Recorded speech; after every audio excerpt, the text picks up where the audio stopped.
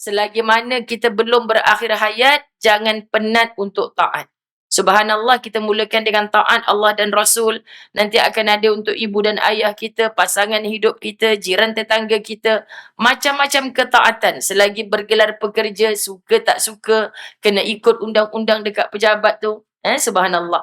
Jadi taat ni memang kadang-kadang kita rasa penat. Maka kita fokus betul-betul dan minta dengan Allah Subhanahu Wa Taala, Allahumma faqihna fid din, supaya Allah beri kita faqih, beri kita faham dalam agama. Bila nak faham ni kita kena beri tumpuan, fokus. Bila orang tumpu fokus ke satu tempat, satu arah, dia dah terlupa dah keliling dia. Inilah khusyuk. Kan orang tanya khusyuk ni nak tundukkan hati ni macam mana Ustazah? Bila kita solat ni, pertamanya tanya diri, kita faham ke tidak apa yang kita baca? Kenapa kita kena solat? Untuk siapa kita persembahkan solat tu? Kalau kita sembahyang hanya ikut-ikutan, memang tak jadi datang khusyuk tu. Kan kita tak tahu pasal apa kita kena solat. Jadi makin lama kita hidup, makin kita menjiwai solat yang sepatutnya. Jadi bila orang menjiwai solat, tak sampailah kita zaman Saidina Abu Bakar punya solat, burung tenggek atas kepala, sebab dulu bukan macam Masjid Al-Mu'minun, ada bumbung, ada kapet ni semua kan. Maka sahabat-sahabat dirahmati Allah, muslimat, kita nak sebutkan mereka ditenggeki, kan bahasanya, oleh burung-burung yang berterbangan kadang-kadang.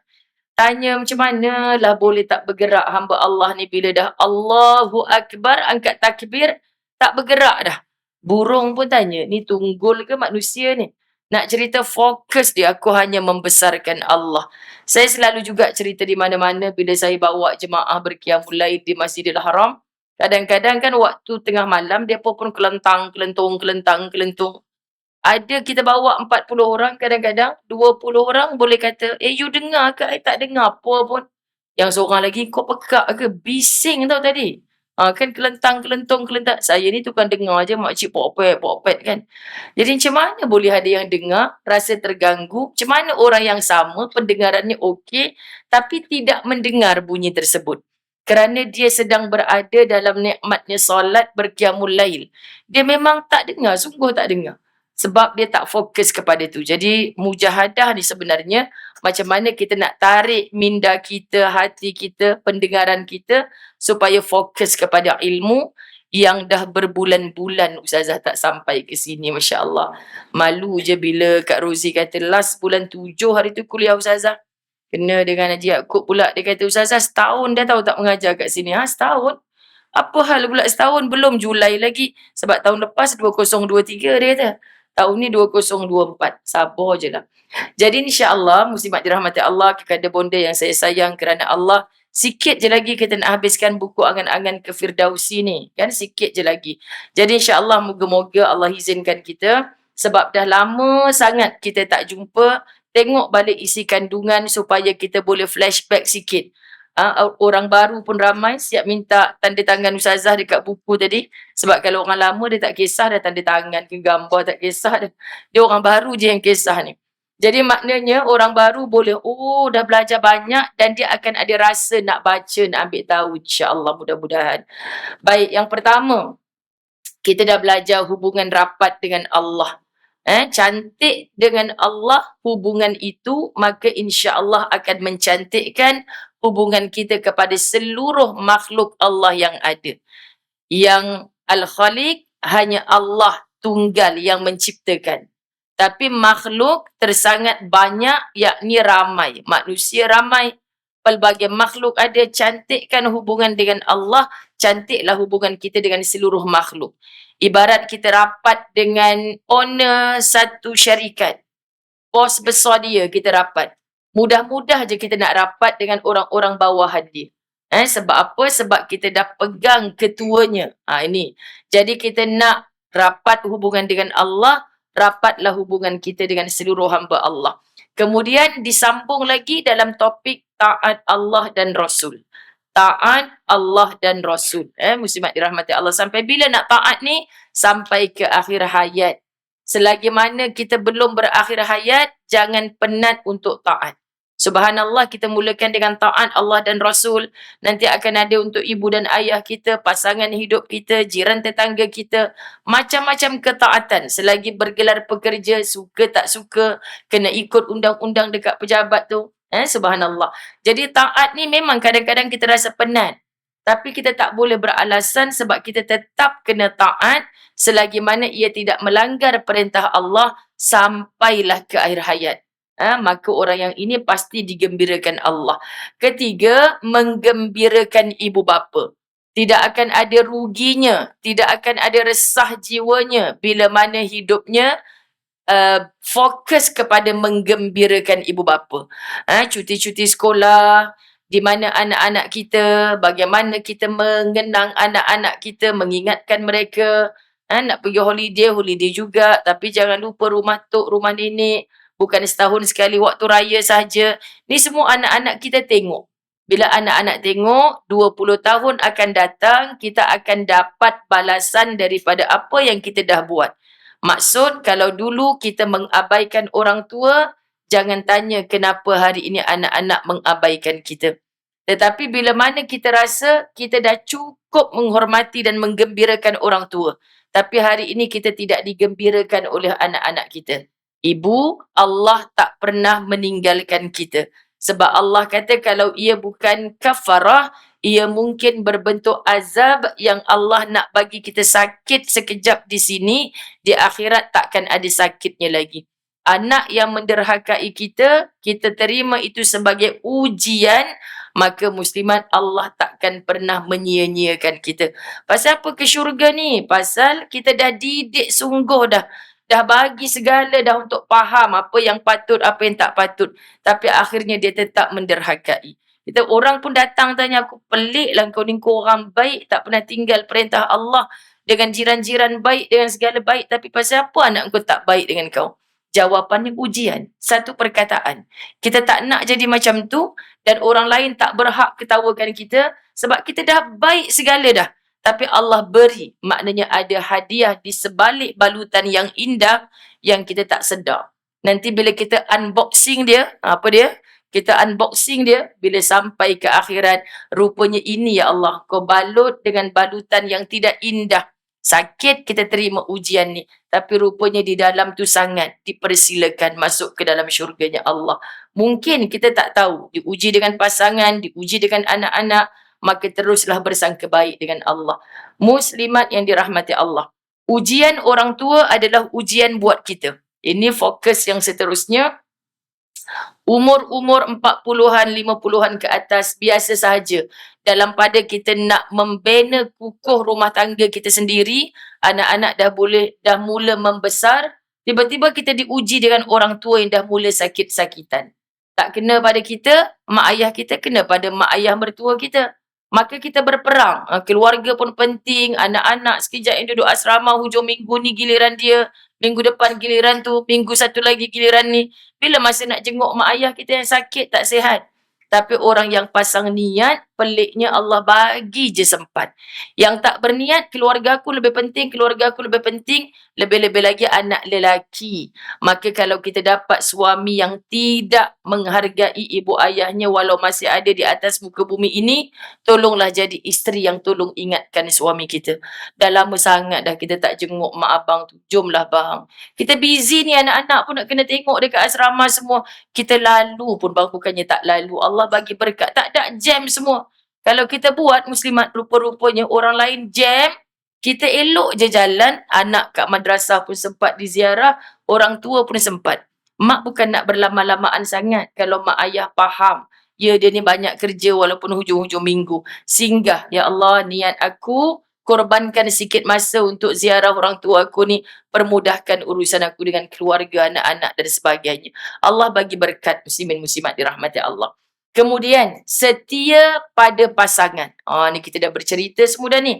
Dah beberapa tahun dah tak habis-habis lagi kitab ni. Memberi manfaat kepada orang lain. Sayangi adik-beradik. Dah belajar juga. Kalau dibaca, insya-Allah semua orang faham. Walaupun orang tak masuk universiti pun insya-Allah faham. Sebab saya menyiapkan buku ini ketika Ramadan PKP yang pertama. Kan itu waktu hari terbitnya. Subhanallah. Kerana apa? Just stay at home. Tulisan ni saya dah lama dah ada dalam kepala saya, maka saya terbitkan dengan izin Allah menjadi bacaan sepanjang kita diuji dalam PKP. Jadi Alhamdulillah respon daripada ramai orang ketika mendapatkan buku ini secara post, mereka kata Alhamdulillah Ustazah. Kawan-kawan saya yang ada master PhD tu dia kata apa? Buku kau ni tak layak panggil buku ni. Saya sengih je. Pasal apa? Pasal orang yang memang ilmiah, membaca bahan-bahan ilmiah, ni kata macam sembang-sembang je dalam buku. Sebab apa? Sebab orang tak lulus SPM pun insya-Allah boleh faham. Kita dengan mad'u, orang yang kita dakwahkan ada tujuan. Okay, tujuan kita menulis ni untuk apa? Sesuai lah level Ustazah Zai mengajar makcik-makcik masjid. Walaupun di masjid tu ada pencen orang-orang hebat. Dulu saya kerja sekian-sekian. Tapi bila dah geng dengan orang masjid, kan semuanya jadi sama je, subhanallah. Kan tak ada siapa pun dulu aku pencen sekian-sekian-sekian. Baca buku macam ni betul dah ya Allah. Aku pun ada pasangan. Aku pun ada anak-anak. Aku pun ada keluarga. Semua ni cerita tentang kita. Maka bila cerita tentang kita, kita layak menjemput insya-Allah. Kan? Apa sahaja yang dijanjikan oleh syurganya Allah itu melalui ayat Quran dan hadis, aku nak sampai kat situ. Semua orang ujiannya tak sama. Ya Allah, mungkin aku diuji dengan pasangan ni untuk Engkau mudahkan aku ke syurga. Aku diuji dengan anak-anak ni untuk mudahkan aku ke syurga. Diuji aku dengan kesihatan nak mudahkan aku ke syurga. Sebab tu saya beri tajuk angan-angan ke Firdausi. Ramai orang berangan-angan nak masuk syurga. Tapi muslimat angan-angan saja tak jadi. Dia kena dengan usaha. Maka jadikan angan-angan itu sebagai kenyataan. Nak cerita tentang sembahyang sampai bengkak-bengkak kaki mungkin bukan kita. Nak sedekah menggunung tinggi mungkin bukan kita. Suri rumah je Ustazah nak sedekah macam mana banyak-banyak. Itulah alasan kita kan muslimat. Jadi jadikan ujian yang Allah bagi pada kita ni sebagai jalan mudah untuk ke syurga. Semua orang layak. Sebab Allah ciptakan syurga untuk kita. Allah maha baik, dia ciptakan neraka sampai ada orang yang tanya pasal apa Allah buat neraka. Kalau buat syurga je kan senang semua orang masuk syurga. Suka hati dia je. Cuba kalau nanti kita dah masuk syurga, kita jumpa orang jahat yang menjahati kita kat dunia. Kau syurga juga? Macam mana Haji? Kau syurga juga? Dulu kau jahat kan? Kan muslimat. Allah nak tunjukkan keadilannya. Semoga yang ke neraka tu bukan kita. Jadi kita pujuk diri kita, ingatkan dirimu tentang syurga. Apa saja yang kita lalui tentang hubungan kita dengan ibu bapa, hubungan kita dengan pasangan kita, dengan keluarga, jiran tetangga kita, jadikan itu sebagai jambatan menuju syurga. Tak sukar mana pun. Tetapi kita yang menjadikan jalan ke syurga itu sangat sukar. Allahu Akbar. Memberi manfaat kepada orang lain, sayangi adik-beradik, kasihi anak murid. Kasihi anak murid ni bagi orang yang guru-guru, ada anak-anak buah dan sebagainya. Muslimat dirahmati Allah. Sebab saya belajar daripada buku. Ya. Kita sedang baca isi kandungan ibu. Isi kandungan ni je. Patut duduk pusing-pusing buku. Saya dah cakap bila kita dah lama tak datang, kita nak refresh balik. Ibarat gitulah. Jadi orang yang dulunya tak dengar kuliah ni, dia akan, bagus juga tajuk ni, nak baca. Kalau baca, sekian dimaklumkan. Betul kan? Muslimat dirahmati Allah. Jadi at least kalau tak baca, dia tahulah, ini point dia. Sebab kita kan belajar cara mokcik-mokcik. Bukan kita belajar nak habiskan silibus cepat. Lepas tu hujung tahun ada paper SPM keluar. Angan-angan ke Firdausi. Ada 10 soalan. Sediakan pensel 2B. Tak ada. Cukuplah kita beramal dengan apa yang kita dapat. Subhanallah. Dan benda ni semua cerita tentang kita. Jadi saya sampai kepada kasihi anak murid. Saya belajar daripada kematian seorang yang buat haji pada 2015. Cikgu Asbab Keren Tumbang. Dia antara mangsa. So buku ni juga saya diberi ilham dengan izin Allah untuk meniru-niru kehidupan bidadari di pintu Firdausi tersebut. Jadi beliau ni cikgu, ya Allah, banyaknya kebaikan yang dia buat untuk anak-anak muridnya sampai orang tak sedar kebaikan tu dari dia. Bila dia dah mati, orang kata apa? Patutlah sekarang dah tak ada hadiah Milo percuma kepada anak-anak yang miskin. Kalau dulu kan ada bahagian ni dapat, tapi mungkin sebahagian tak dapat. Rupanya van Milo kata. Saya tak nak sebut je sekarang ni kan. Itu dulu punya cerita. Muslimat dirahmati Allah. Van Milo kata ada seorang cikgu ni tolong bayarkan. Kat kantin sekolah pula kan, sekarang ni kenapa pergi kantin tak dapat air sirap percuma? Rupanya pakcik kantin kata sebab air sirap percuma ni setiap hari ada cikgu tolong bayarkan. Pukal kira untuk sebulan sekali macam mana. Dah mati baru orang tahu, Masya Allah. Kawan-kawan sekolah, cikgu-cikgu sekolah cakap dia ni manusia ajaib. Sebab ada anak istimewa, mustahil tak ada ujian dekat rumah. Bila datang sekolah sengih je. Takkan dia tak ada masalah. Sedangkan suami dia bagi tahu tiap malam bila dia buat tahajud, dia mesti meratap-ratap sehingga terdengar esak tangisnya. Dia tanya isteri dia ada masalah ke tak? Dia cuma seronok bercakap-cakap dengan Tuhannya dalam tahajud. Jadi ini yang kita nak tiru muslimat, cerita bidadari di pintu Firdausi. Subhanallah. Sebab tu saya kata kasihi anak murid pun antara jalan menuju syurga. Allahu Akbar. Berbuat baik dengan rakan taulan. Siapa sahaja kawan-kawan kita. Walaupun terkadang kawan itulah yang mengkhianati kita. Tapi Allah tahu kita berkawan dengannya penuh amanah. Tak ada niat pun nak menjahati dia. Tiba-tiba dia yang buat jahat dekat kita. Sedih. Sebab tu orang yang terpaling sedih dijahati oleh orang yang paling dekat dengannya. Kalau setakat orang jauh, rakan Facebook saya aniaya saya, Ustazah. Akak kenal dia, tak adalah kenal, tapi rakan Facebook tak sakit hati sangat, muslimat. Tapi kalau kawan baik yang hari-hari tumpangkan kereta, bla bla bla bla sebagainya, tiba-tiba dia pula senyap. Rupanya dah tabur fitnah kat kita. Ya Allah, sedihnya. Rasa nak putus surat jantung ni, Ustazah. Saya tak sangka cempedak menjadi nangka. Dia kata kan. Subhanallah, inilah yang kita nak belajar. Rupanya tetap kena sabar. Kita nak balas apa lagi? Simak dirahmati Allah sebab dia dah buat perkara yang kita tak suka. Orang bila tak suka ni, kita jadi malaikat depan dia pun dia kata kita syaitan. Faham ya? Tapi kalau dia dah suka, kita syaitan pun dia kata malaikat. Tak faham ni kita muslimat dirahmati Allah. Inilah manusia. Jadi subhanallah cukuplah kita tetap nak menjadi baik di hadapan Allah. Moga-moga dengan sebab itu Allah datangkan hanya orang yang baik-baik dalam hidup kita. Pun tetap bersangka baik dengan Allah. Kalaulah Allah datangkan juga orang yang jahat, ketika kita rasa kita dah buat segala baik. Apa namanya? Tak ada lain. Allah uji kita melalui orang itu. Kalau tak, engkau tak kenal sabar. Kalau tak, engkau tak berhati-hati dalam berkawan. Subhanallah. Semua tu ada pelajaran. Maka inilah sangka baik calon-calon si ahli syurga. Lagi, berbuat baik dengan rakan taulan. Menjadi jiran tetangga yang baik. Menjadi jiran tetangga yang baik. Ini pelajaran yang lepas. Betul kan? Siapa je yang lepas ni ada? Selain Kak Rozi, cuba angkat tangan sikit. Masa kita belajar menjadi jiran tetangga yang baik, dia ada kat sini. Cuba angkat tangan. Sebab macam dah nampak bertukar dah wajah-wajah dia. Yang selalu ada dulu, kemanakah menghilangnya? Sampai ada yang WhatsApp saya.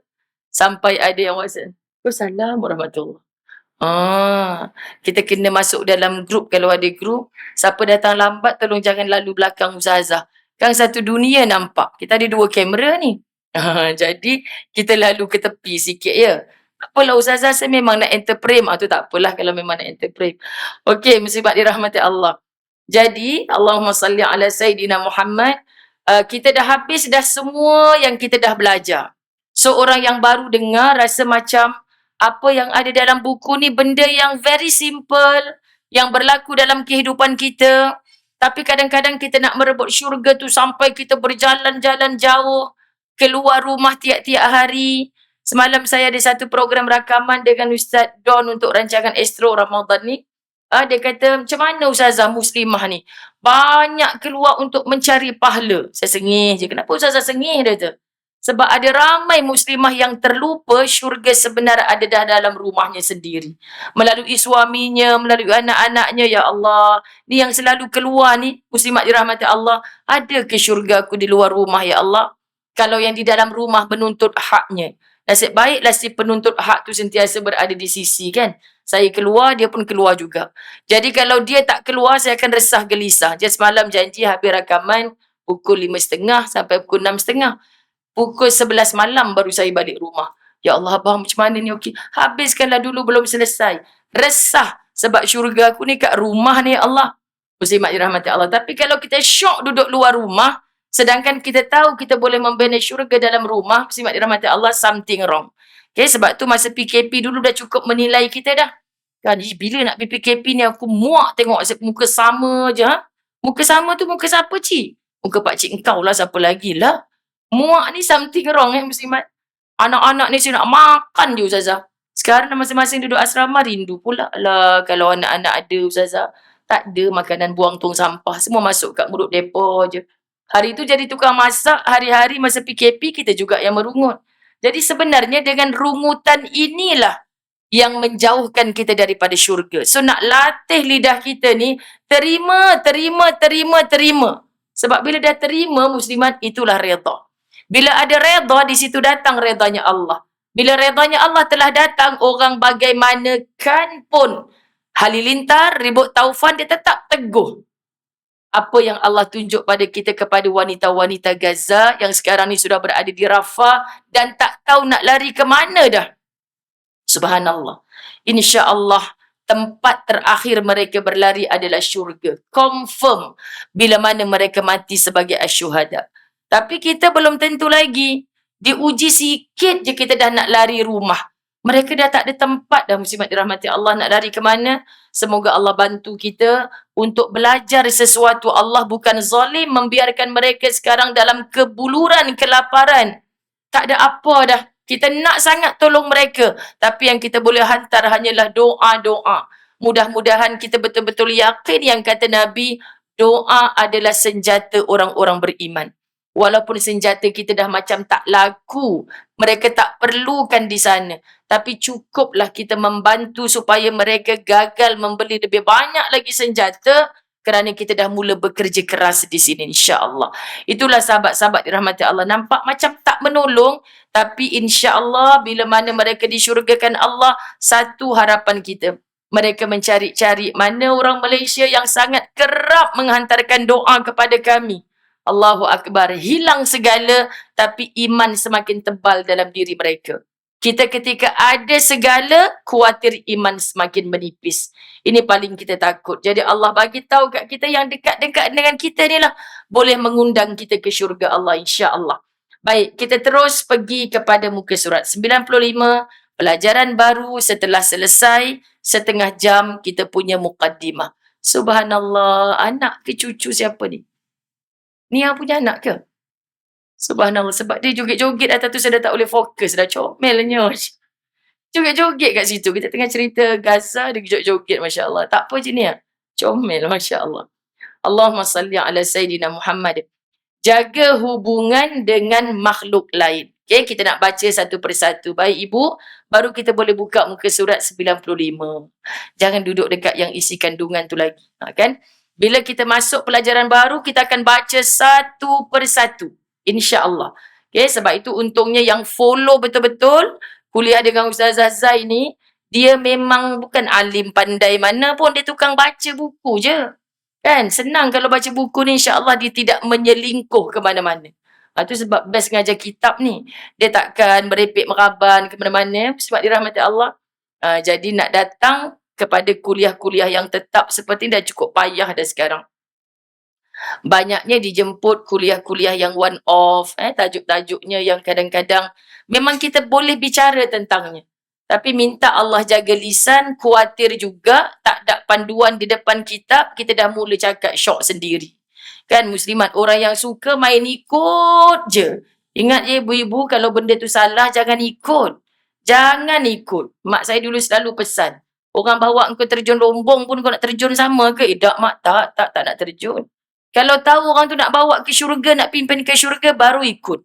Jadi maknanya walaupun dia guru kita, muslimat dirahmati Allah, mungkin ampunkan aku ya Allah yang melihat kesalahannya, ampunkan dia mungkin tersilap bahasa, bukan nak aibkan.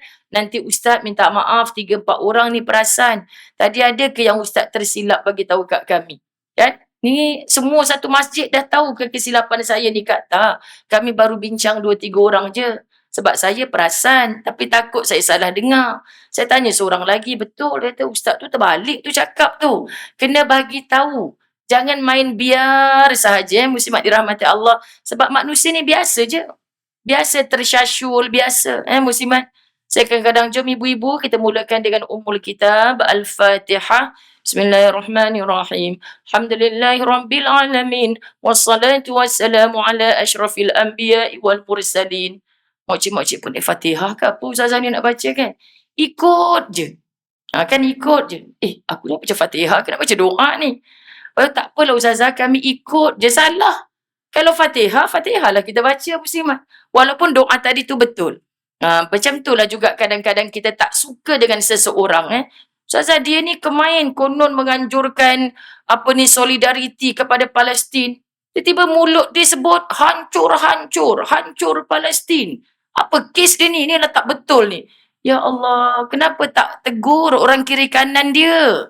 Kenapa tak bagi tahu? Dia takkan menganjurkan program itu kalau dia nak memalukan dirinya sendiri. Mesti tersasul cakap, tersilap cakap. Mu kalau tak suka dengan seseorang, jangan sibuk cari buruknya. Pasti semua manusia ada baik dan buruknya. Muslimat jangan mudah terpengaruh benda-benda macam ni. Asal viral kita rasa betul.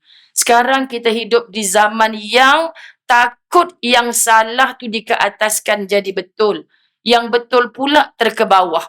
Kerana apa? Kerana peranan media sosial sangat menakutkan. Jadi please tabayyun. Cari. Betul ke tidak? Jangan mudah-mudah terus nak share, terus nak like, terus share link. Kau tengok ni. Aku dah cakap dah. Ustaz tu memang tak betul punya. Berapa banyak dosa. Macam mana kita nak patah balik? Astaghfirullah. Salah rupanya. Fitnah rupanya. Lagi-lagi bila ustaz tu dah mati. Muslimat dirahmati Allah. Sampai mati kita akan resah. Macam mana aku nak minta maaf sedangkan dosa yang macam ni Allah pun takkan ampun selagi aku tak minta maaf kepada orang yang aku terjebak dengan fitnah hari itu. Tengok betapa ujian kita sedang berperang dengan benda macam ni. Saya rasa lebih dahsyat daripada orang yang berperang nak isi perutnya sekarang ni tak ada makanan. Jadi kalau kita tidak hati-hati, na'udzubillah min zalik. Baik. Jaga hubungan dengan makhluk lain. Orang yang berangan-angan ke Firdausi dan bercita-cita untuk masuk ke syurga Allah haruslah meyakini bahawa perintah Allah kepada kita adalah berbaik dengan seluruh makhluk Allah. Berbaik dengan seluruh makhluk Allah. Allahumma salli ala Sayyidina Muhammad. Sekejap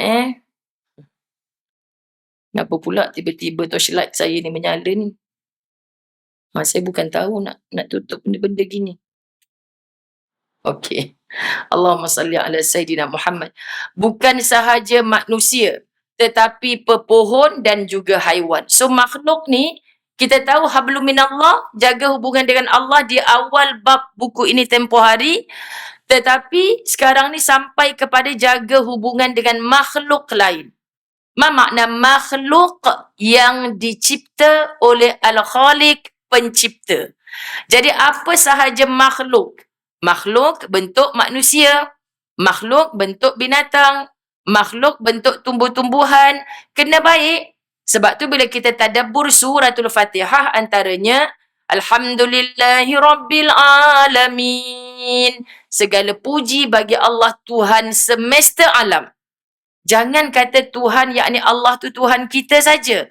Dia juga Tuhan orang-orang non-Muslim tu. Ya ke Ustazah? Ya. Allah yang ciptakan mereka, Allah yang bagi rezeki pada mereka. Tapi mereka tidak mengakui memilih Tuhan lain sebagai Tuhan. Faham ya? Muslimat dirahmati Allah. Tuhan mereka tetap Allah. Sebab Allah je yang boleh ciptakan mereka. Tak ada mana-mana kilang Cina, lahir semua bangsa Cina. Kilang India, lahir pula semua bangsa India. Kilang Melayu, Melayu yang tak Islam semua lahir daripada kilang Melayu tu. Tak. Semuanya Allah yang cipta. Jadi makhluk itu diciptakan oleh Al-Khaliq. Termasuk juga binatang.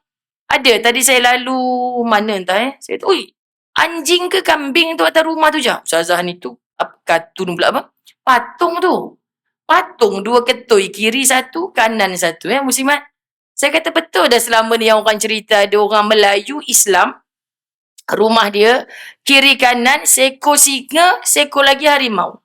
Tu orang tanya pasal apa? Pasal dia belajar daripada ustaz kalau ada patung sebiji, memang sama. Kita tengok terkejut. Sama. Rumah tu takkan dimasuki oleh malaikat. Subhanallah, memang sengaja. Takkan dimasuki oleh malaikat. Sebab dia kata malaikat maut takkan masuk. Memang sungguh al-mengongi sekian dimaklumkan. Sebab apa muslimat? Ya, malaikat rahmat yang tak masuk. Malaikat maut bila dah tiba ajal, confirm masuk. Faham ya? Allah, kesiannya lah orang yang faham macam ni. Sebab tu kita mengaji agama ni bukan ikut logik akal. Kita tak ikut logik akal mengaji ni. Kalau ikut logik akal, kita ada master PhD, kita rasa nak syarah balik Quran tu.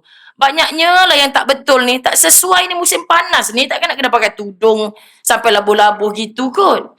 Tak sesuai ni. Tak relevan dah untuk 2024. Tak. Dia bukan ikut logik akal. Wahyu Allah Subhanahu Wa Taala yang berkata-kata. Jadi orang nak belajar, nak fahamkan kita tentang tafsir Quran, macam-macam syarat kelayakan. Kita tak boleh pandai-pandai tafsirkan Quran sendiri. Subhanallah, muslimat, berhati-hati dengan keadaan seperti ini di akhir zaman. Jadi kalau kita faham perkara ini, Allah bagi tahu kepada kita, Alhamdulillahirabbil alamin, Tuhan semesta alam. Jadi maknanya aku kena baik dengan siapa? Mak saya dulu selalu cakap, kamu buat apa berapa kali, mak sebagai mak mesti maafkan. Mana ada mak yang tak maafkan anak-anak. Sebab tu ibu-ibu jangan pernah simpan dendam pada anak sendiri. Anak tu nanti bakal berdoa, Rabbighfirli wali walidayya. Hari ni mungkin kita sakit hati, menangislah. Pujuklah, jangan sampai aku tak memaafkan. Sebab satu hari nanti dia akan Rabbighfirli wali walidayya. Macam mana doa dia nak diangkat oleh Allah? Kalau kita mak, muslimat dirahmati Allah, tak maafkan dia. Subhanallah. Jadi kita lembutkan hati kita. Muda lagi ya Allah. Jahil mungkin. Aku dulu pun mungkin melakukan kesilapan yang sama. Jangan sampai ni aku dendam benci dengan anak sendiri ya Allah. Nanti kesian doa mereka terhijab. Dan ibu terberdoa. Faham maksud saya? Terberdoa. Sebab auto mulut ibu ni selamatkan anak-anak aku ya Allah. Tapi hati dah mula ada benci.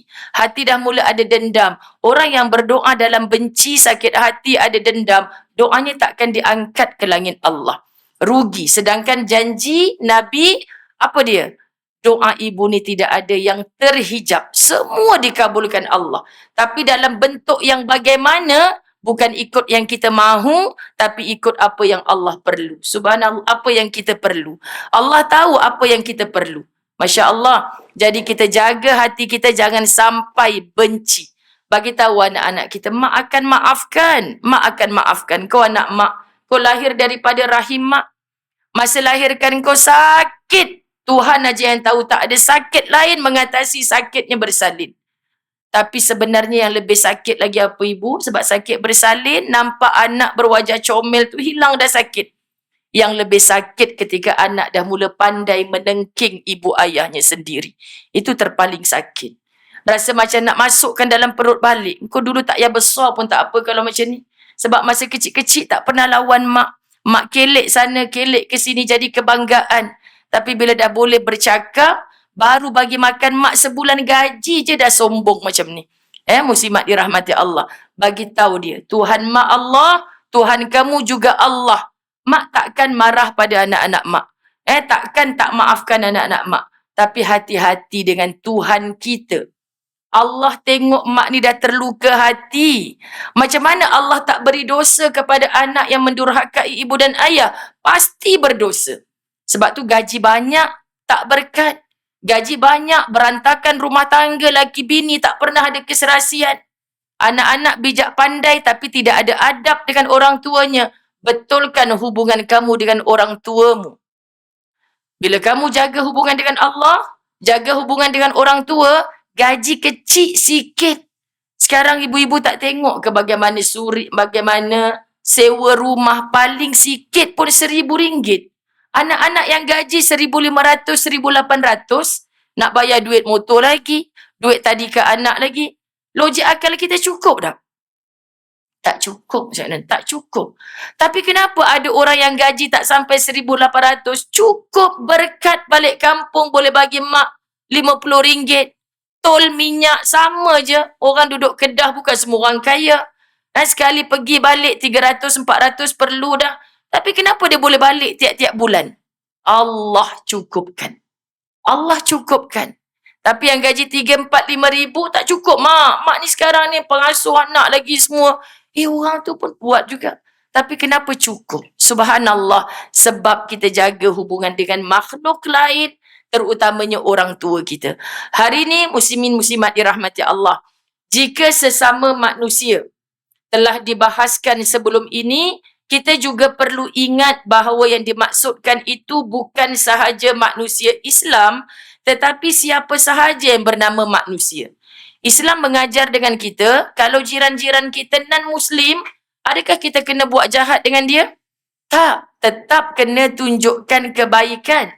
Sebab apa muslimat dirahmati Allah? Sebab dia tak pernah kacau kehidupan kita beragama.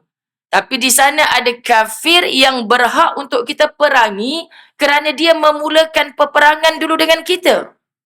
Jadi, takkanlah kita nak berlembut. Memang kena lawan. Memang kena perang habis-habisan. Sebab kalau manusia macam ni dibiarkan hidup, kita tak akan mampu mengekalkan kalimah la ilaha illallah di atas muka bumi Allah. Sebab tu diperangi. Tapi kalau China sebelah rumah kita, India sebelah rumah kita, kita disuruh hidup, berjiran, tunjukkan kebaikan. Supaya satu hari nanti kita tak pernah memaksa dia, jom pergi masjid sembahyang subuh. Dia ni gila ke apa? Aku bukan ni orang Islam pergi sembahyang subuh. Ajaklah yang orang Islam banyak tak nak pergi sembahyang subuh kat masjid tu. Pasal apa ajak Acong pula? Acong pun pening kan, muslimat? Yelah Ustazah, Acong sebelah rumah je lah. Acong pergi masjid sembahyang subuh. Yang Minah tu dekat belakang rumah, takkan ajak dia pula. Salah. Muslimat dirahmati Allah. Sebab apa? Sebab kita hanya petang-petang hantar kuih kat dia. Biasa. Tapi bila dia hantar kat kita, dia rasa was-was. Oh, ni dia pakai minyak apa ni? Ambil je, terima dulu. Kan? Jangan buang depan dia dekat tong sampah. Subhanallah. Mungkin kita hantar pula kat jiran kita yang non-Muslim. Subhanallah. Ini kaedah supaya dia kata, oh, orang Islam sebelah ni memang baik sungguhlah. Kan baik. Kita jaga. Lakum dinukum waliyadin. Kau jangan ajak aku ikut agama engkau. Sebab aku takkan ikut agama engkau. Kita takkan ikut lagi gereja. Oh, isteri saya tak adalah balik kampung. You boleh temankan tak I pergi gereja? Lepas tu pergi gereja, dia ikut pula kan. Ni you kena buat apa? Tengah sembah Tuhan I lah. I nak try sikit boleh? Nabi tak gitu. Sebab tu turun lakum dinukum waliyadin. Mereka menempelak Rasulullah boleh kata, Muhammad, kau nak sangat kami masuk agama kau. Kita try test tengok macam mana. Aku ikut agama kau seminggu, kau ikut agama aku seminggu. Kan kalau kita serasi nanti kita tukar-tukar lah. Ini bahasa mudahnya. Nabi bertegas lah. Kalau dalam urusan agama, tak ada kompromi. Dia tetap baik. Apa contoh yang Nabi SAW pernah tunjukkan? Masya Allah. Saya tulis dalam buku ni. Nabi SAW pernah memberi contoh. Berdiri tanda hormat kepada jenazah seorang Yahudi yang sedang diusung. Itu tanda beliau tidak ada benci di hati, walaupun dengan orang bukan Islam. Sudah pastinya Yahudi itu yang tidak memerangi agama Nabi ketika itu. Faham maksud? Maknanya kalau kita tahu yang mati itu, sebab sahabat bertanya, ya Rasulullah, yang sedang diusung tu bukan orang Islam. Tapi dia bukan Islam. Apa Nabi kata? Yang mati tu manusia kan? Maksudnya manusia ni ciptaan siapa? Ciptaan Allah. Dia menghormati bukan kerana agama si Yahudi tu, tapi dia menghormati ini ciptaan manusia. Ini ciptaan Allah. Terkejut. Baru je cakap tadi jangan tersyasyul. Nanti Haji Yaakob buat pula video. Hak tu ciptaan manusia. Bahasa bahaya tu. Maknanya dia itu adalah ciptaan Allah juga, walaupun dia tidak beragama Islam. Faham ya, muslimat dirahmati Allah. Jadi Nabi bangun. Ni yang mati ni bukan cicak, bukan kambing yang kita tak payah hormat. Manusia tetap ada nilai. Sebab tu ketika hidupnya, kita tak berhak mendoakan apa untuk dia. Mendoakan selamatkan dia dunia akhirat. Dia belum Islam kot. Doa yang patut baik jiran saya ni Ustazah. Ya Allah, tak tahu nak kata baik macam mana. Raya Cina baru ni 500 orang kami ni dapat angpau. Orang tementang lah bagi angpau baik. Cuba kalau tak bagi angpau kan. Lepas tu kita kena doa. Doa supaya dia dapat hidayah. Kalau kita doa yang lain, tak sampai. Sebab tu kadang-kadang ada orang confuse. Saya nak pergi Mekah Ustazah, nak pergi haji. Jiran saya India, Cina datang. Bagi duit. Nanti you doa kat Tuhan, you doakan I selamat juga ya. Confuse lah Ustazah, dia bagi duit ni. Nak doa ke tidak? Akak doa je lah, yes sajalah akak dia. Kan, tapi janganlah akak doa kebaikan dunia akhirat untuk dia. Akak doa dia dapat hidayah je. Lepas tu halal tak duit yang saya makan tu? Apakah kesnya tak halal pula? Sebab dia suruh doa dia bahagia dunia akhirat. Kan? Dia tak sebutlah akhirat. Bagilah dia bahagia selama-lamanya, keluarga dia bahagia semua. Tidak ada kebahagiaan tanpa Islam. Macam mana kita nak sampaikan pada dia, muslimat? Maka kita hanya doa, ya Allah, campakkan iman, hidayah dalam hatinya. Sebab dia jiran yang baik, ya Allah. Akhlak kita ni akan menumbuhkan rasa dia nak tahu pasal agama. Kadang-kadang kita yang kedekut bin bakhil sangat, buat apa nak cerita kat dia, bang? Dia tu bukan Islam. Ada ramai orang yang kita main cerita je, bukan niat kita kata kita nak menafikan agama dia pun. Sebab memang hati kita tak pernah terima agama dia. Tapi saja-saja. You all pergi ramai-ramai pergi masjid ni. Bulan Ramadan ni, you buat apa? Kan? Sebab 10 malam akhir ada calon-calon Lailatul Qadar. Janganlah cakap Lailatul Qadar. Kan makhraj dia lari terus. Cakap malam yang penuh kemuliaan. Allah cerita dalam Quran bahawa dia lebih baik daripada 1000 bulan. Ini seminggu 2 ni saya cerita benda ni, muslimat. Sebab di TV Al-Hijrah ada masa sempena naik Chinese New Year baru ni, dijemput mu'allaf sebagai rakan usrah kan. Dia kata dia mula tertarik dengan Islam, kawan pejabat dia cerita pasal malam Al-Qadr. Dia kata, hebatnya boleh minta apa saja, Tuhan boleh makbulkan.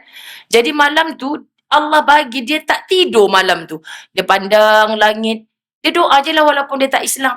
Sebab dia macam termakan. Ya ke? Ajaib ke malam ni? Manalah tahu malam ni yang dimaksudkan malam Al-Qadr. Dia berdoa. Maha besar Allah, setelah beberapa tahun dia fikir, semua yang aku doa pada malam dulu tu, yang malam Al-Qadr tu, semua Tuhan sudah makbulkan, dia kata. Baiknya Tuhan orang Islam ni. Itu aku belum Islam. Kalau aku masuk Islam, mesti lagi mudah Allah nak makbulkan. Faham tak, muslimat? So saya insaf sekejap. Ya Allah, tu hanya kawan pejabat dia cerita pasal malam Al-Qadr. Bukan sebab dia, kau masuklah Islam, puasalah, tak. Itu yang kita nak sebut, la ikraha fiddin, tak ada paksaan dalam agama. Ni anak kita pula kita kejut subuh, mama, la ikraha fiddin. Kau kalau tak sembahyang subuh memang kena jirus dengan air panas. Memang kena kerah, memang kena paksa. Kalau anak kita cakap macam tu, abang tak payah kejut dah, betul juga. La ikraha fiddin. Sembahyang ni wajib, muslimat dirahmati Allah. Dia suka tak suka memang kena buat. Kena paksa. Jangan pandai-pandai menukar-nukar ayat Quran. Tak sesuai mengikut keadaannya. Tapi Cina tu hantar kuih kat kita, you jangan balik selagi you tak mengucap syahadah. Itu tak boleh sebab kita paksa dia ke dalam agama kita. Faham ke tidak, muslimat dirahmati Allah? Jadi perkara ni, kita nak belajar sungguh, Nabi tak benci pun pada mereka selagi mereka tidak angkat senjata untuk menafikan kalimah kita di atas muka bumi Allah. Allahu Akbar. Terhadap makhluk lain. Seperti pohon-pohon. Jika kita fikirkan, mengapa ketika dalam ihram, contohnya di Mekah, untuk kita menunaikan umrah, kita dilarang untuk mencabut atau merosakkan tumbuh-tumbuhan. Kenapa? Kalau buat juga umrah tu tetap sah. Tapi kena bayar dam. Betul kan? Sebab kita dah melanggar pantang larang ihram. Allahu Akbar. Tu pun Ustazah tulis dalam buku. Sebab tu kawan-kawan saya yang terror-terror kata, tak patut ni tulis buku Allahu Akbar lah apa semua ni kan. Suka hatilah orang nak bagi mokcik-mokcik masjid baca je kan. Rupanya inilah perintah Allah. Pohon-pohon diciptakan oleh Allah sebagai penghias alam ini. Ia juga ada peranan untuk keseimbangan ekosistem alam. Masya Allah, kita duk kata, kenapalah Allah ciptakan ular, tikus semua ni? Jijik, geli kalau masuk kat rumah, na'udzubillah min zalik. Kita kata, ia tak perlu untuk kita. Tetapi di sana ada makhluk yang saling perlu memerlukan. Kenapalah Allah ciptakan babi? Kalau babi ni tak ada kan senang. Muslimat dirahmati Allah, kita tak tahu apa tujuan Allah ciptakan. Dan banyak benda bila dikaji, benda yang haram kata Allah, rupanya dia mudarat pada diri. Jangan buat sebab benda tu Allah tak bagi. Allah tahu pasal apa Allah larang, Allah haramkan. Kita pula jadi manusia ketegang, tak tahulah pasal apa, ya Allah. Kan muslimat dirahmati Allah. Yang Allah larang tu kita syok buat. Yang Allah suruh buat itulah pula kita tinggal. Sebab kita berperang dengan nafsu dan iblis yang mengganggu sentiasa. Dia dengki tengok kita ni sebagai calon-calon syurga jadi orang baik. Jadi kita nak berperang dengan semua ini, muslimat dirahmati Allah, perlu iman, takwa, perlukan ilmu. Jangan pernah komplain pun apa yang Allah dah ciptakan untuk keseimbangan alam ini. Hujan, panas. Ni cuti-cuti sekolah, kawan-kawan saya duduk berjalan pergi Pulau Pinang. Aku kalau tahu macam ni aku tak bercuti kat Penang ni. Panas, lit-lit dia kata. Pokok-pokok pun dah ada yang mula terbakar. Muslimat dirahmati Allah. Panas, kering sangat-sangat. Jadi kita nak kata apa? Macam pelik je Ustazah, kita kat sini semalam hujan lebat. Kenapa kat Penang pula panas terik? Banyak orang buat dosa ke kat situ? Astaghfirullah. Allah nak bagi. Apa buktinya kita menjadi hamba tak bersyukur? Bila panas, Allahu Akbar, tak sidai kain pula hari ni bang. Semalam sidai kain, hujan pula. Allah ni tak tahu ke saya tengah sidai kain di semalam hujan? Hari ni pula panasnya. Itu bukan ikut suka-suka kita, suka-sukanya Allah. Tapi Maha Ar-Rahman, pemurahnya Allah, si non-Muslim tu dapat tak matahari yang sama? Dapat tak bulan yang sama? Dapat tak hujan yang sama? Ada juga. Penat-penat sembahyang, yang tu pun dapat hujan juga. Baik tak payah sembahyang, apa bezanya? Bezanya Allah Ar-Rahim untuk orang yang beriman. Pemurahnya Allah, dia bagi semua sebab aku yang ciptakan manusia ni. Macam mana dia nak hidup kalau tak ada matahari, tak ada siang, tak ada malam, tak ada hujan, tak ada panas? Sebab memang itu keperluan manusia. Tetapi Ar-Rahimnya Allah, Allah sayang orang yang betul-betul taatkan dia. Sebab tu keberkatan hidup ni kita tak boleh beli kat mana-mana. Peliklah Ustazah, dia tu bukan orang kaya. Tapi nampak tenang je hidup dia. Ada masalah tapi dia boleh sengih-sengih datang masjid. Pelik sungguhlah saya Ustazah. Ada orang, muslimat dirahmati Allah, segala ada. Tapi disebabkan dia tak dapat berkat daripada Allah. Dia ni orang yang mendurhakai Allah. Maka dia senang tapi hatinya tak tenang. Jangan jadi manusia macam ni. Ini kesakitan yang paling dahsyat sebenarnya. Kemudian apa lagi? Maka janganlah kita sekali-kali dengan tiada adab untuk merosakkan kewujudan tanam-tanaman kecuali yang menghalang pandangan dan mengganggu gugat kehidupan. Pokok besar depan rumah, dah nampak tanda-tanda dahan dia nak timpa kereta kita. Tak payah bang, tak payah. Ini namanya membunuh makhluk ciptaan Allah tu, something wrong pula dah. Kan muslimat dirahmati Allah. Sebab tu orang yang rajin bercucuk tanam, seminggu sekali, 3 hari sekali. Kak, kenapa tak datang majlis ilmu kak? Serba salah ni kalau Ustazah tanya ni. Akak memang 3 hari sekali, memang akak kena merawat pokok-pokok akak. Okey kak, asalkan jangan join kilauan emas sudah. Sekian dimaklumkan. Sebab itu pun ibadah juga, baik juga. Tapi janganlah hari-hari pokok aja kak. Kena juga pergi majlis-majlis ilmu ni. Faham Ustazah. Akak ni memang pokok-pokok banyak. Kalau tidak nantinya mau edis pula. Kacau pula jiran-jiran. Betul kan? Muslimat dirahmati Allah. Ini benda yang kita nak jaga, Masya Allah. Jangan sampai mengganggu gugat kehidupan. Apa lagi? Kalau kita kata Allahumma salli ala Sayyidina Muhammad. Pohon-pohon, binatang-binatang. Kan muslimat? Ada orang bagi tahu dengan saya, Ustazah, isteri saya ni sejak belajar pelik-pelik kitab tebal-tebal atas meja ni. Pelik lah Ustazah. Kenapa Haji? Nampak nyamuk. Jangan bunuh bang. Kesian nyamuk tu pun makhluk Allah. Semut-semut dekat makanan Ustazah. Ya Allah, datang atas meja. Jangan penyekkan dia bang, tu makhluk Allah. Berdosa kita membunuh dia. Aduh, ini dah something wrong pula. Suruh belajar dengan guru, dia membaca setebal-tebal kitab. Ini muslimat, jangan terkejut. Ada orang yang rasa macam tersuper alim, tanpa rujukan, akhirnya mati bunuh diri. Kerana ditipu daya oleh iblis tadi. Engkau dah bunuh nyamuk tadi, Allah takkan ampunkan dosa engkau. Benda-benda ni jangan pelik, dia boleh berlaku. Sebab tu kita kena minta, lindungi aku ya Allah. Beri petunjuk hidayah kepada aku ya Allah. Jangan tersilap dalam kita membuat keputusan. Semua ni adalah tuntunan hidayah daripada Allah. Sambung lagi.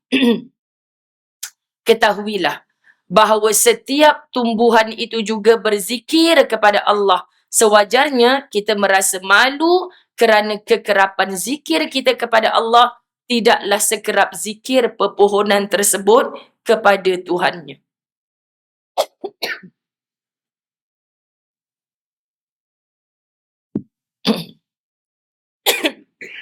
Sekejap Ini petanda lama sangat tak datang ni. Suara saya memang serak dah hampir 2 bulan. Bukan sebab terlebih ceramah. Kan saya demam beberapa hari masa saya kat Mekah hari tu. Lambat pula nak baiknya. Tapi jarang batuk. Batuk macam ni jarang. Kan? Subhanallah. Jadi kalau batuk ni maknanya sudah minta untuk berhenti ke apa? Okey, kita habiskan sikit. Dalam surah Luqman, ayat 20. Allah berfirman, ayat tu panjang sebenarnya, saya ambil terjemahan sedikit. Apakah engkau tidak melihat bahawa Allah telah memberikan kepada kamu segala isi kandungan langit dan bumi? Segala isi kandungan langit dan bumi. Sahabat-sahabat muslimin muslimat dirahmati Allah. Kita perhatikan, Allah Subhanahu Wa Taala suruh kita jaga, suruh kita pandang pohon-pohon ni. Kerana apa? Nabi SAW pernah dalam satu hadis mendengar orang yang sedang dihukum, dipukul, dipalu dalam kubur.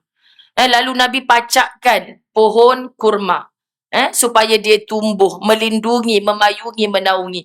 So orang tanya pasal apa yang Nabi buat ni? Sebab pohon-pohon ni berzikir.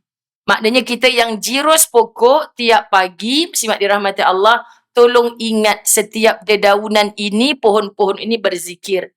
Jangan sampai pokok ni kata aku zikir 24 jam. Hang ni aku tak pernah tengok pun zikir. Faham ya? Cuma dia tak bercakap. Kalau dia bercakap, pitam kita dekat depan pokok tu kan. Jadi mana sebenarnya yang mulia di sisi Allah? Yang makhluk berzikir itu ataupun makhluk yang punya akal tapi tak pernah nak berzikir kepada Allah. Allahu Akbar. Jadi melalui tumbuh-tumbuhan dan binatang ini juga kita dapat pelajaran. Maksudnya menjaga hubungan baik dengan makhluk lain, yakni segala yang ada di alam ini seperti pokok dan binatang juga merupakan satu ibadah. Kita baik dengan binatang-binatang, kita baik dengan pohon-pohon. Subhanallah, itu juga satu ibadah bila diniatkan nak ibadah. Faham ya muslimat? Dalam hidup ni, Allah ciptakan kita tujuannya untuk beribadah. Jangan faham solat, puasa, zakat je ibadah. Siram pokok ni ibadah. Kalau kita tak siram pokok sebab kita yang tanam, kan? Memanglah nak hidupkan, nak matikan Allah, tapi kita tak jaga. So jangan terkejutlah lepas sebulan. Pasal apa kau ni mati pokok? Allah tak siram kau ke? Pelik dah ni.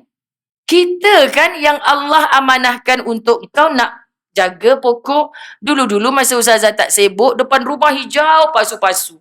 Tak suka pokok yang ada bunga. Suka yang daun-daun macam daun hijau keluar-keluar. Sebab cikgu kata kalau suka tengok hijau nanti mata tak rabun. Kan? Sampai dah tua ikut lagi. Lepas tu makin sibuk. Nak siram pokok pun tak sempat. Bang tak boleh. Kita kena hadiahkan satu pasu kat orang ni, kena let go habis. Simen semua depan pos tu dah tak ada satu pokok pun muslimat rahmati Allah. Lega. Supaya nanti tak ada pokok yang mengadu ke Allah. Aku dijaga, diletak rumah dia ya Allah. Tapi tak pernah pun disiram. Kan muslimat dirahmati Allah. Kita kena jaga. Jadi setiap kali siram pokok tu buat apa tu? Terapi. I memang suka tengok pokok. Salah. Jadi kita ubah sikit. Jiran kata, kau tengah buat apa tu? Tengah beribadah. Jiran kata, baru datang masjid sekali dua, dah jadi mengong sekejap jiran aku. Beribadah tu maksud sebab kita niatkan, bang, lupa nak siram pokok. Bismillah.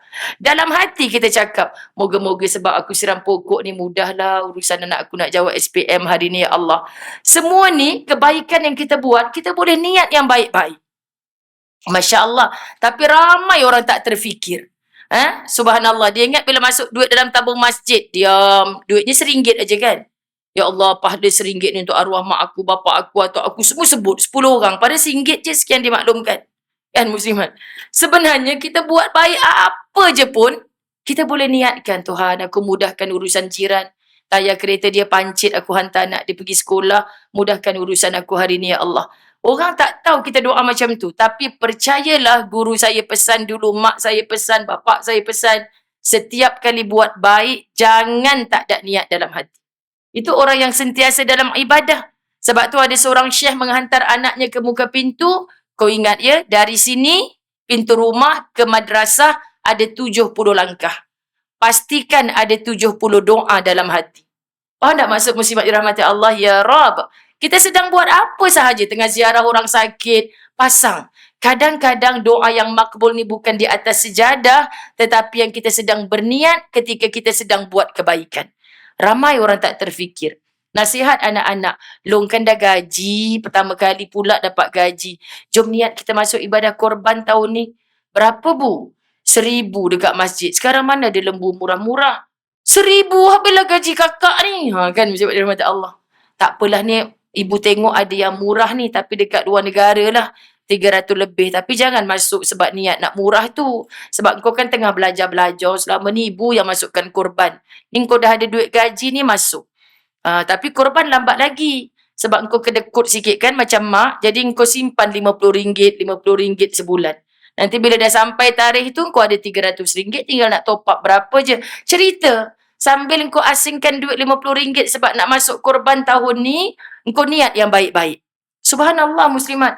Ya Allah, RM50 ni kalau aku open table dengan kawan-kawan aku, mesti kawan-kawan sayang ke aku. Tak apalah ya Allah, aku nak simpan untuk masuk korban tahun ni. Ajar anak-anak begitu.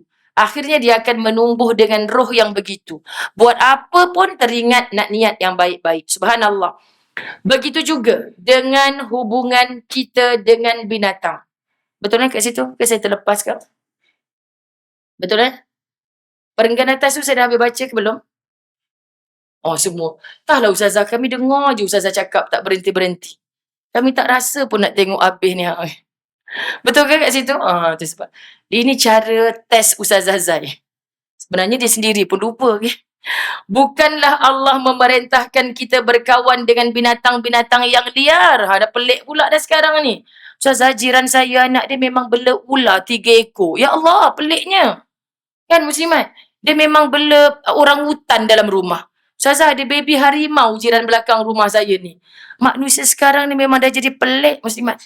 Sedangkan memang Allah iktiraf itu sudah binatang liar. Yang kita tak boleh jadikan dia binatang yang jinak.